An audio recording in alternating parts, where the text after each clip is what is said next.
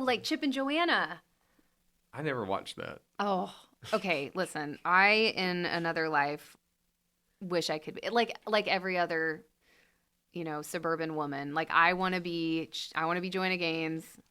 I want my house to look like Joanna Gaines. Are all those shows the same? Like the guy's just the dopey guy who just wants to sledgehammer everything. Is that what it is? And he's always making mistakes, and the wife's always That's having how it to is correct. in my house with Justin. Yeah, he's definitely the dopey guy in my house. It tracks. Kind of that person too. Dopey guy with a sledgehammer. Dopey guy with a guitar. Yeah. Just some kind of object that you're holding at all times. So what are you doing with the little ball ping hammer? You're just like making a mess. That's all. Well, hey, everybody. Welcome to the Next Day podcast. The next day on your discipleship journey. I'm Chad. I'm Christy. And we're joined by Blake. Woo! Not just any Blake, but Blake Bentley. Blake Bentley. Blake, tell us what you do It just has at a the church. musician name. I know. Yeah, so what do you do? Who are you? I play music. Woo! Sing a little bit. Yeah, just a little bit. A little bit. Nice. Well, we'll get to know Blake here. We'll ask him some personal questions and invasive personal questions here in a little bit.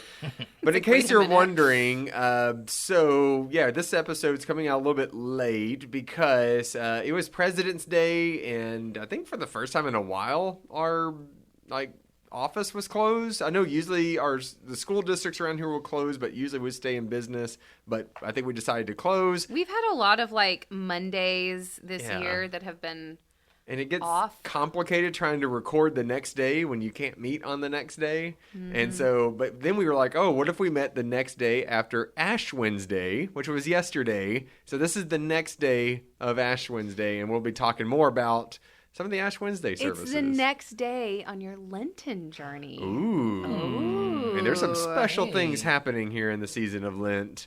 But yeah, let's go back to Blake, though. Blake, just tell us a little bit about yourself. You've been here for a couple months now. Yeah. 5?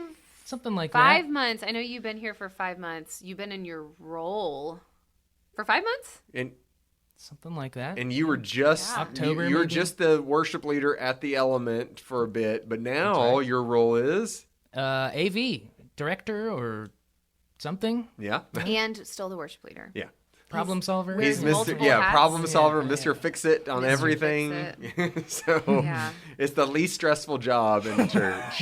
Yeah. Right behind communications. Yeah. It's And just facilities. it's just the and least. yeah, all of it. Well, we're Blake, we're glad you're here. Let's do icebreaker. So it was 2 days ago was pancake supper, Shrove Tuesday, Fat Tuesday. We had pancakes, and maybe this is your answer, but what is your all-time favorite breakfast food? Oh. What is, just think of, if you could have this breakfast every day, or it's just, this is what you think of for a very special breakfast, or actually, it doesn't have to be one specific thing. What's your breakfast platter? What's the platter? Yeah. Okay, You're at a heavenly buffet, and there's all you can eat. But what is on your plate for a go-to good breakfast? Well, I recently visited Heaven, the all-inclusive resort in Cancun, and they have a breakfast buffet, and it every morning. The number one thing that has to be on any breakfast platter for me is any form of potato. Oh, okay. Yeah. I have to I thought you were just going to say something. Honeydew. I'm like, really? Really?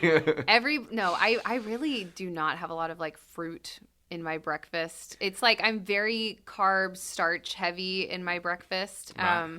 So, but I'm like, and some protein, obviously protein, but every morning I had the like hash brown little cake things that they had. So good. I love anything hash brown. Anything at all. That's my favorite form of potato is hash brown. And then I had, and I guess I would do a version of this, but I love waffles as well. So I would add like the mini waffles with Nutella and raspberry like jam or like raspberry spread. Was so good. Yeah. And oh gosh. No, it was more. There was more. And then I always had a little half of like a little breakfast burrito thing that had some bacon and egg and cheese, and breakfast tacos just in general are always a good choice. So yeah, that's my like when I had everything that I could possibly put on my breakfast platter, that's what I chose every single morning. Well, now that everyone's hungry. I'm actually starving now that I mentioned that, yeah. Blake, your answer, but you can't repeat anything that she said. Oh, okay. She pretty much took everything. Black coffee, then. Yeah. There you go. True. I didn't mention the coffee. Coffee, number one. Yeah. No, but Blake, what about you? What's your go-to breakfast platter type of thing? Crispy bacon, crispy hash browns, eggs over easy. Crispy eggs? Yeah. No. Oh. Denny's, a grand slam. Eggs over easy. Eggs over easy. Oh, okay. Yep. Yeah.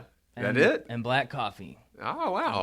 That's I like. I'm a simple man. I'm a simple Classic guy. American diner. I'm just not a crispy bacon person. I like chewy bacon. Really? I like it to be I'll eat it, the same texture as jerky, but when it's like you're biting into a piece of plastic. I don't want it burnt. Like, no. I need it to be almost like sort of like an al dente situation where like it's firm to the bite, a little bit of like crunch, but where it like melts in your mouth. Yes.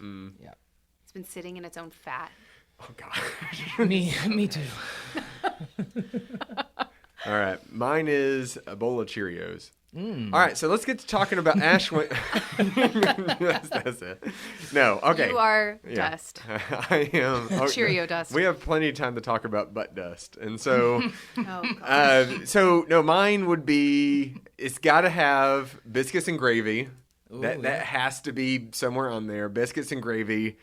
We need hash browns, like the shredded hash browns. I'm okay with country potatoes, like the little cubes, but it needs to be like that shredded with its crispy kind of. I really thought you said ash browns at first. Ooh, ash. Oh, we gotta do that next year for Ash Wednesday. Have ash browns. Ash browns. Sounds real good. Maybe not.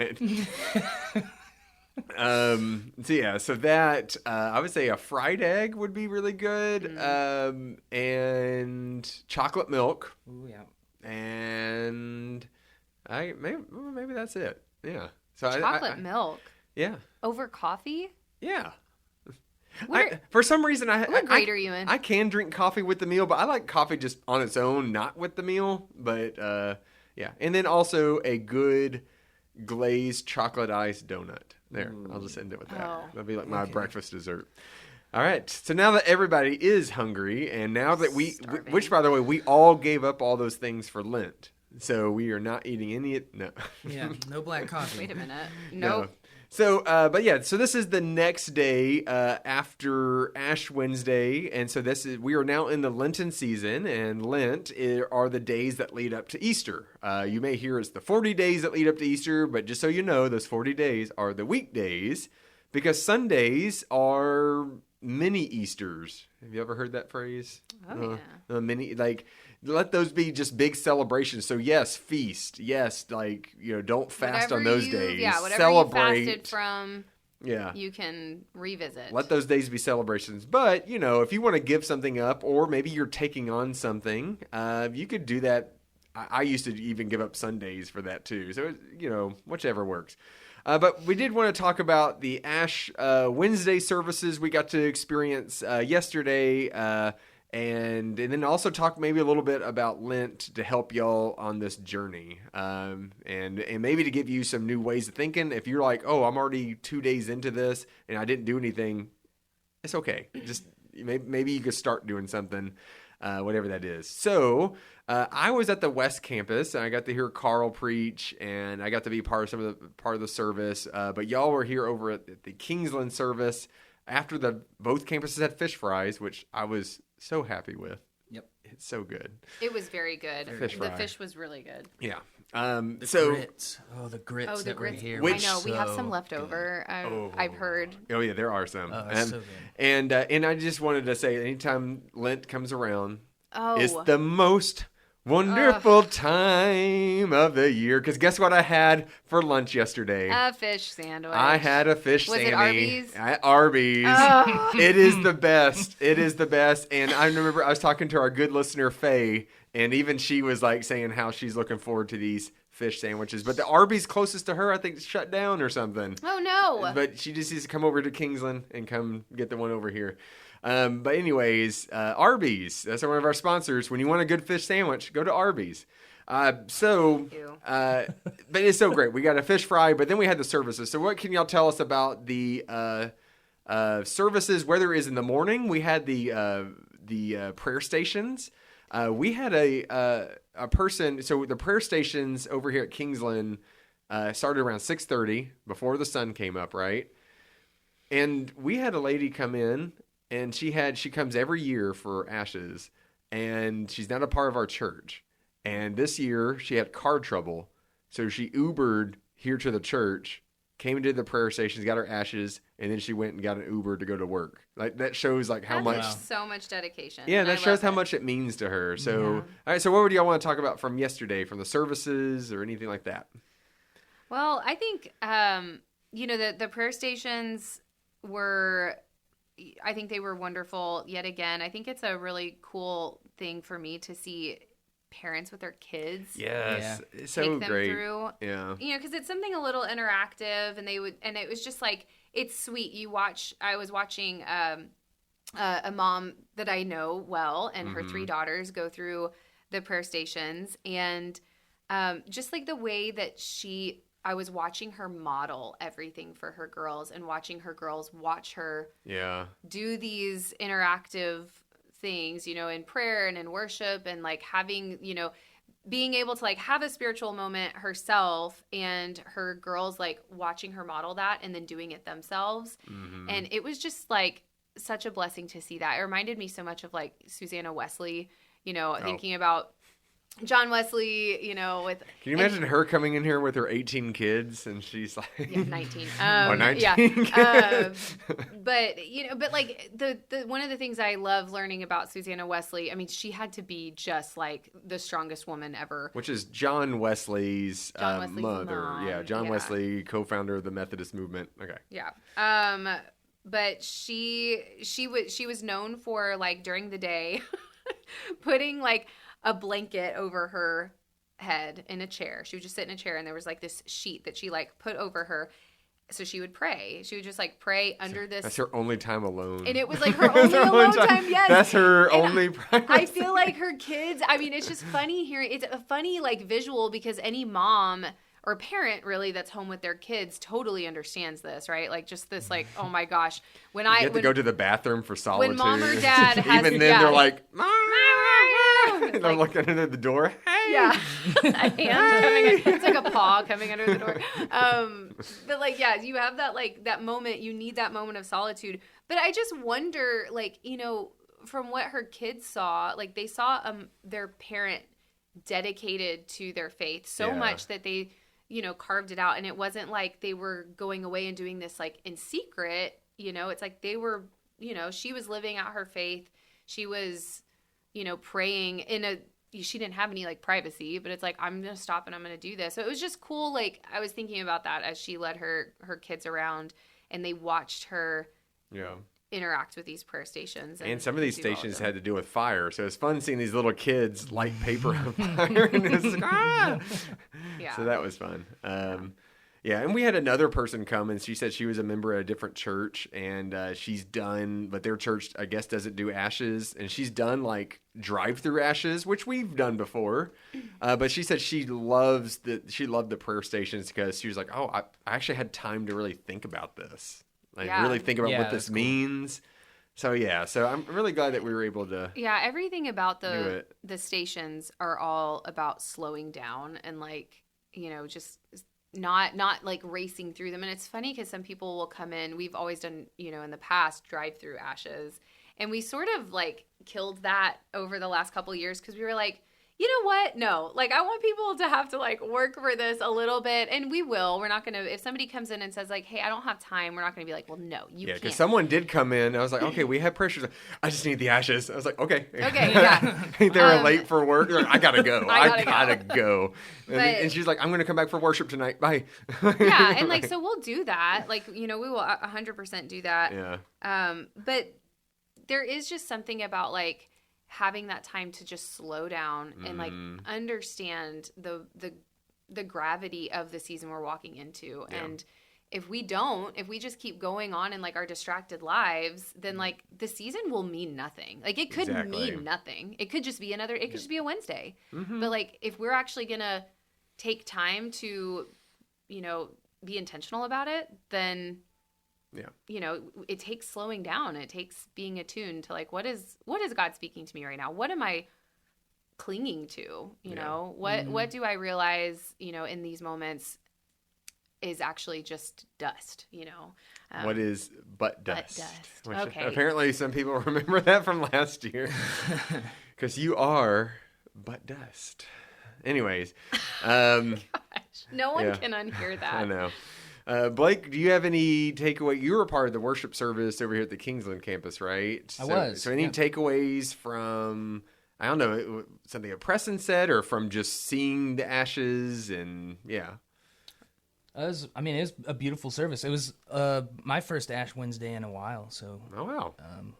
Nice. It was nice. Yeah, it was a beautiful song. You sang, what's the title of the song? Ashes to ashes, we all fall. Nothing else. That's what it is. You sang Nothing Else? Mm-hmm. The song is called Nothing Else. And That's it, nothing else. Yeah. It's beautiful. It's it was such a beautiful moment in the service too, to just like, it was a breath, right? Like again, like talk about slowing down, but just to have like the words just wash over you and it be this like prayer, because essentially the song is like, I'm not here for blessings. Like I'm not coming to you, Jesus, because I want something. I just want to be in your presence. I just want you, and nothing else is better than that. And and then like there's also a little bit of repentance like in the song. I'm sorry for all of these things. I'm sorry for like being distracted and for not loving, and I can't remember all the lyrics. But sing it for us? Yeah. me. But yeah, it was really a beautiful moment in the service to get to hear that song. And you sang it on Sunday in the Element. I did. Which is, I do love that song. Yeah, we were originally going to sing a different song. Ooh. And then pivot after Sorry, Sunday. It just I know what the bulletin. Oh, just changing things up on our last. And do people just get up and leave because this wasn't on the bulletin? They do. Maybe. Yeah, that's what happens. I know. Yeah. So I was over at West Campus, and it was really cool. Like not only just to be over there, but then I had the fish fry. But the service, Carl, Paige, and I both had our parts in the service where we're reading stuff. But the main part of Carl's message and the main part of like what the Isaiah message that I read, it was just really talking about this idea of fasting during Lent, and the thing was like, what are we doing this for? And trying to make sure like whatever we're doing, because the Isaiah passage I read, can't think of the chapter. I think it was like 40 something. But it was all, if you there's just a go few look. chapters, yeah, just go read to pick that. From. But just like a lot of the times the prophets, they had to really make sure that people were following, like make sure they're doing what they're supposed to be doing. And so people were giving up stuff and they were making sacrifices, but they really weren't doing it for God. They were doing it for themselves. And they were showy. They're doing it to be showy. Yeah. They were just doing it to somehow help improve themselves. And then the main part of Carl's message is like, when we go through this season, it always needs to be pointing back to God. And we need to make sure, what are we doing to help in the community? Like, what are we doing to better serve our neighbors and to better, like, it shouldn't just be about us during this time. Right. Which brings me to a rant I want to bring up. Oh, yay. Pause for rant. A rant.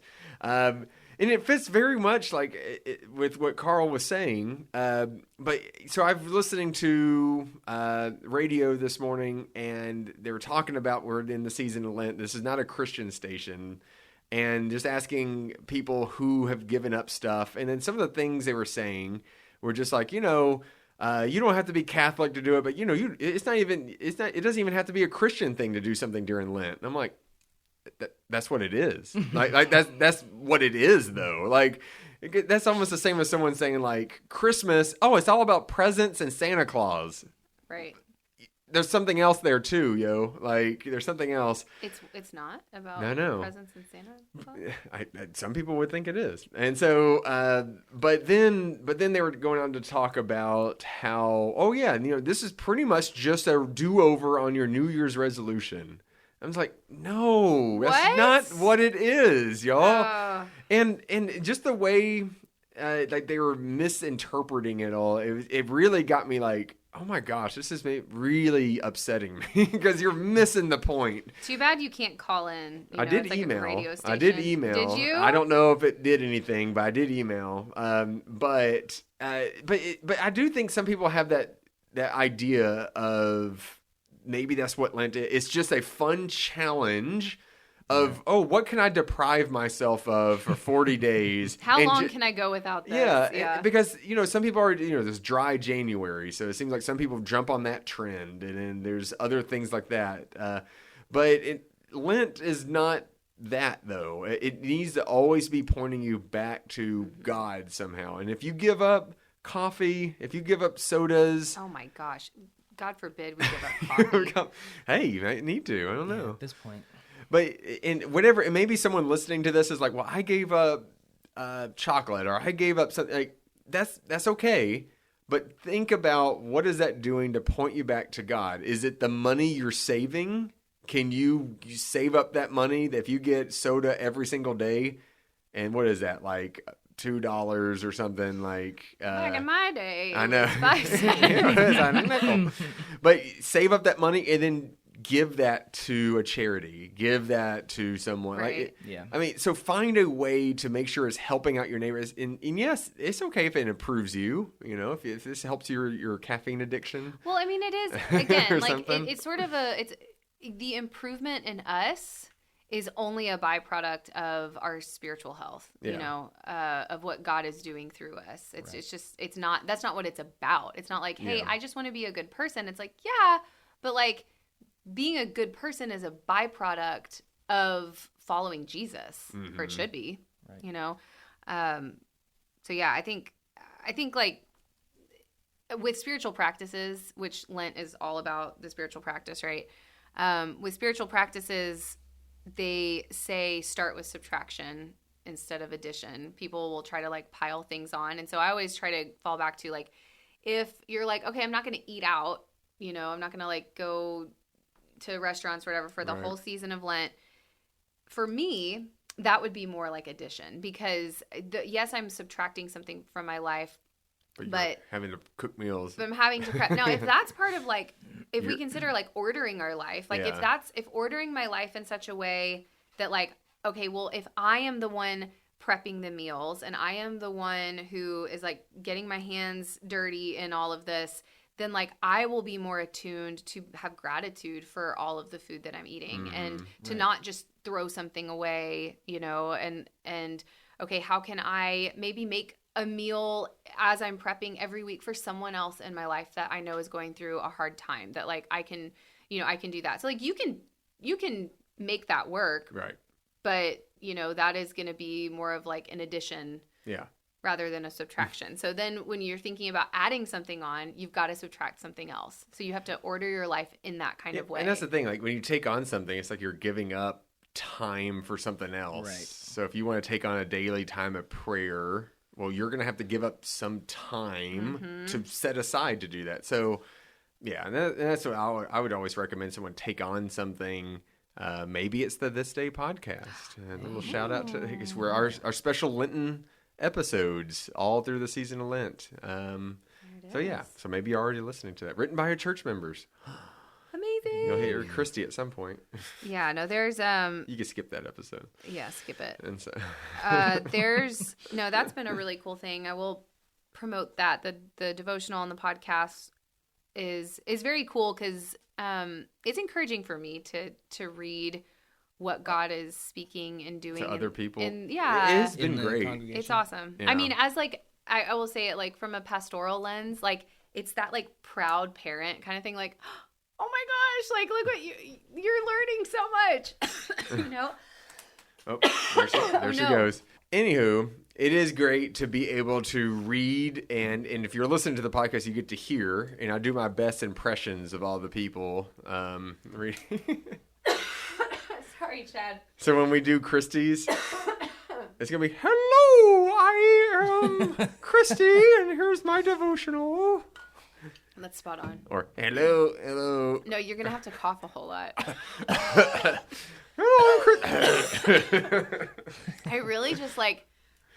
When I look at monarch butterflies, I think of God.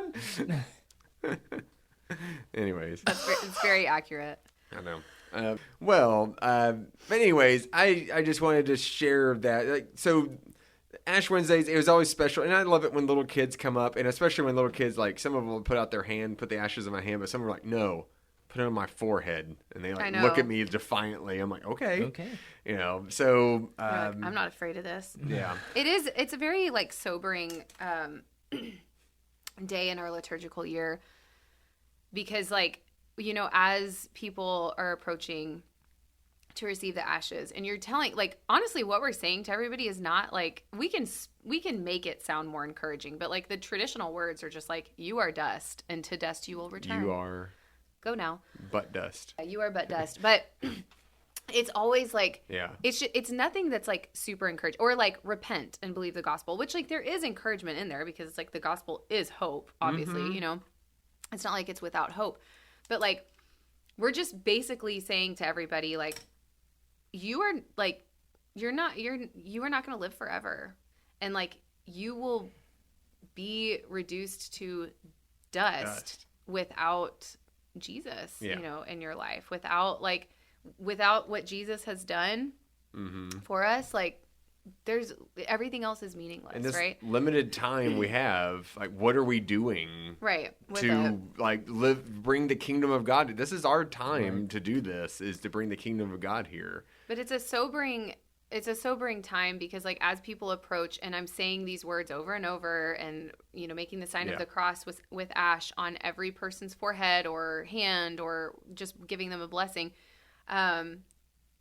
It's like, I'll have people approach kids, you know, and I'm like thinking of my own kids and like their mortality, you know, or any like child, like their mortality, knowing that like I've known children that have died, you know, and then like an elderly person coming forward, and I just, you know, like these people that I love so dearly at this church, or people that I don't even know, or people I know that like have an illness, and they're coming up, and I'm saying these words and making the sign of the cross on their forehead, and it's like, man, is that sobering to just be like, this feels like the bottom. And that's like the part of, you know, this journey. That's why Lent is such a journey. We're journeying through it because we start in this like very bottom pit kind of place, and it feels very dark, but we know that there is hope. Like, we know that we're going to get to Easter Sunday. We're going to we're going up to Good Friday. And that's just kind of a bummer.